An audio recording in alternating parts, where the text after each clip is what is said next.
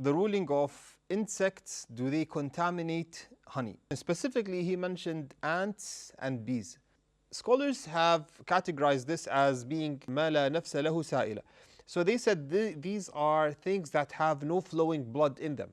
So they are considered pure. The Messenger Muhammad ﷺ has said, if a fly falls into the drink of one of you, dip it and then remove the fly, and then you can drink this drink. Now, regarding the hadith, of course, why did the Messenger Muhammad ﷺ said we have to dip the fly? Because he said in one of the wings there's a cause of disease, and the other is the medicine that negates it. Scholars said from this hadith they have taken that insects do not defile, because otherwise the Messenger Muhammad ﷺ would not tell the person to dip this insect in and then drink the drink. Dead ants and bees, are they considered pure or najis? They're considered pure. طيب, so do they defile the honey? No, the honey is perfectly fine. You can use it. So what do you need to do? Remove the ants and use the honey without any problems. Also, what is the ruling of dead bees found in honey before filtering? So apparently, once they collect the honey, there might be traces of bees. The insects themselves, they are not considered najis, they're considered pure. So if the insects are considered pure, they do not defile. This includes